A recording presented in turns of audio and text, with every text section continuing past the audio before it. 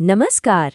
कभी सोचा है कि इतनी बड़ी गोल सी धरती पर कोई भी जगह, चाहे वो छोटा सा गांव हो या फिर एक बहुत बड़ा शहर, उसे नक्शे पर इतनी सटीकता से कैसे ढूंढा जाता है।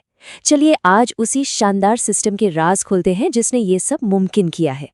असल में ये एक बहुत बड़ा सवाल था जिसने सदियों तक खोजकर्ताओं और नक्शा बनाने वालों को परेशान किया। भाई, इस विशाल नीले ग्रह पर हम किसी भी जगह की एकदम सटीक पहचान करें तो करें कैसे? यहीं से अक्षांश और देशांतर की हमारी कहानी शुरू होती है। सोचिए, अगर किसी को एक कमरे के बारे में बताना हो तो क्या कहेंगे? उसकी लंबाई चौड़ाई के बारे में बताएंगे, है ना? बिल्कुल, यही लॉजिक हमारी पृथ्वी पर भी लागू होता है। इसे समझने के लिए हमें कुछ फिक्स्ड रेफरेंस पॉइंट्स यानी कुछ मापदंडों की जरूरत थी। और इसी समझ की कोशिश को हम कहते हैं भूगोल। भू यानी पृथ्वी और गोल यानी उसका अध्ययन। लेकिन हम पृथ्वी को मापें इससे पहले ये समझना भी तो जरूरी है कि हम असल में किस चीज का अध्ययन कर रहे हैं। तो चलिए सबसे बुनियादी सवाल पर आते हैं। हम जिस चीज को मापने चले हैं उसका असली आकार है क्या? बचपन से हमें बताया गया है कि पृथ्वी गोल है, लेकिन क्या ये पूरी सच्चाई है? असल में नहीं। पृथ्वी का अपना एक यूनिक शेप है जिसे भूभाव या जियोइड कहते हैं। इसको ऐसे समझिए कि ये ध्रुवों पर यानी ऊपर और नीचे हल्की सी चपटी है और बीच में यानी भूमध्य रेखा पर थोड़ी सी बाहर की तरफ उभरी हुई है। मतलब एक परफेक्ट गोले जैसी नहीं है। तो अब जब हम अपने कैनवस यानी इस जियोइड के आकार को जान गए हैं तो इस पर अपना ग्रिड बनाना शुरू कर सकते हैं। चलिए काल्पनिक रेखाओं के पहले सेट से शुरुआत करते हैं। अक्षांश। इन रेखाओं को समानांतर या पैरेलल्स भी कहते हैं और इसकी वजह भी बिल्कुल सीधी सी है।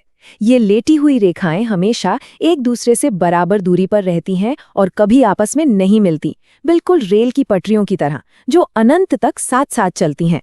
हाँ, तो वैसे तो बहुत सारी अक्षांश रेखाएं हैं, पर ये 5 जो हैं ये सबसे खास हैं। ये पृथ्वी की जलवायु और मौसमों को समझने की चाबी की तरह है।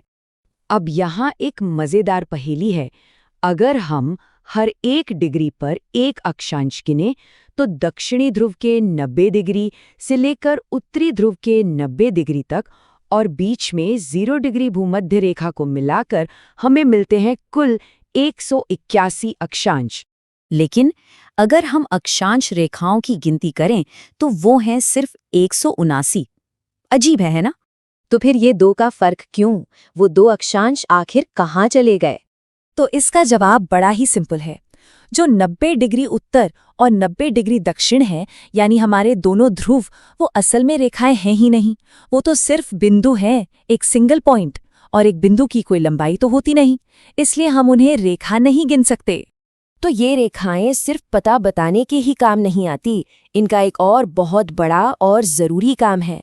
ये दुनिया के मुख्य जलवायु क्षेत्रों को यानी क्लाइमेट जोन्स को तय करती हैं।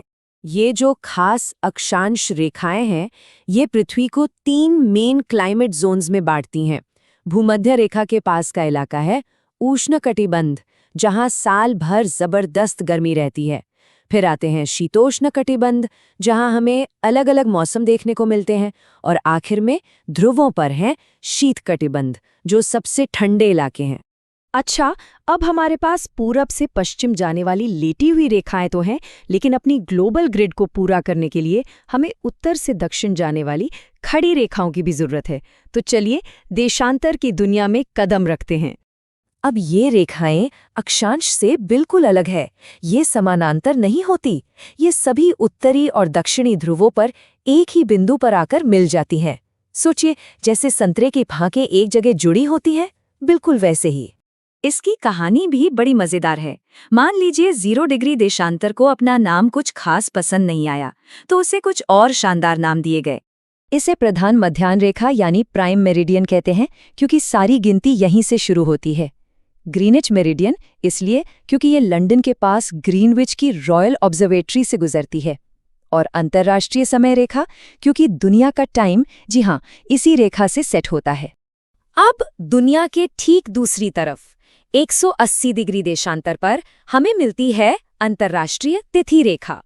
ये वो जादुई लाइन है जिसे पार करते ही कैलेंडर की तारीख बदल जाती है। तो अब हमारे पास अपनी ग्रिड के दोनों हिस्से मौजूद हैं। पूरब से पश्चिम तक फैले अक्षांश और उत्तर से दक्षिण तक जाते देशांतर। चलिए अब देखते हैं कि ये दोनों मिलकर हमारी शुरुआती मुश्किल को हल कैसे करते हैं।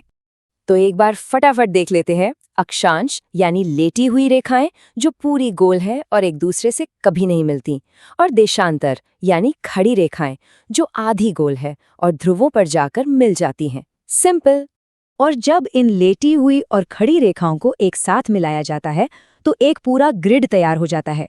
इस ग्रिड का हर चौराहा, हर इंटरसेक्शन एक अनोखा पता बनाता है जिसे हम कोऑर्डिनेट कहते हैं, और इसी से पृथ्वी के किसी भी जगह का सटीक पता लगाया जा सकता है। और हाँ, ये सिर्फ किताबों की बात नहीं है, यही अदृश्य ग्रिड है जो आज के नेविगेशन सिस्टम को चलाती है, चाहे वो समंदर में चलता एक विशाल जहाज हो या फिर हमारे फोन में मौजूद जीपीएस। तो अगली बार जब कोई अपने फोन पर मैप्स या जीपीएस का इस्तेमाल करे तो एक पल के लिए इस सरल लेकिन कमाल के ग्रिड के बारे में जरूर सोचिएगा, और ये सवाल भी कि अगर ये सिस्टम ना होता तो हमारी आज की ये आधुनिक कनेक्टेड दुनिया आखिर कैसी होती।